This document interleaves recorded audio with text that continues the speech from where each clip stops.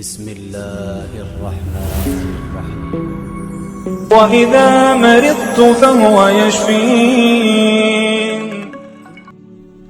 دوستو، اگر آپ کو کثرت سے احتلام ہو جاتا ہے اور آپ اس معاملے میں ہر رات جب بھی سوتے ہیں یا دن کے وقت جب بھی سوتے ہیں پریشان رہتے ہیں، تو پھر آپ اس کام کو کریں، اس وظیفے کو کریں تو انشاءاللہ اللہ کے فضل و کرم سے آپ اس پریشانی سے محفوظ رہیں گے۔ ہر رات کو سونے سے پہلے باوضو حالت میں یا جب بھی آپ سونے لگیں تو اس وقت باوضو حالت میں 11 مرتبہ آیت الکرسی پڑھیں، 3 مرتبہ سورۃ الطارق پڑھیں اور اس کے علاوہ 3 مرتبہ سورۃ البروج پڑھیں اور 121 مرتبہ اعوذ باللہ من الشیطان الرجیم،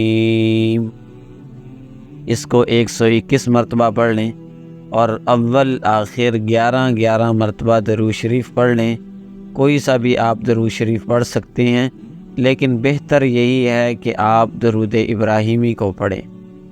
پڑھ کر آپ دونوں ہاتھوں پر دم کریں اور دم کرنے کے بعد اس کو سارے جسم پر مل لیں اور پھر سیدھی کروٹ پر سو جائیں۔ کوشش کریں کہ آپ کا رخ قبلے کی جانب ہو۔ آپ اپنی چارپائی کو جہاں آپ سوتے ہیں اپنے سونے کی جگہ کو اس انداز سے بنا لیں کہ اگر آپ وہاں پر دائیں کروٹ پر سوئیں تو آپ کا رخ قبلہ کی جانب ہو، تو اس طرح سے کر کے سوئیں اور ان چیزوں کو پڑھ کے سوئیں، ان صورتوں کو پڑھ کے سوئیں تو انشاءاللہ اللہ کے فضل و کرم سے اگر آپ کو احتلام کثرت سے ہو جاتا ہے تو آپ اس سے بھی محفوظ رہیں گے انشاءاللہ۔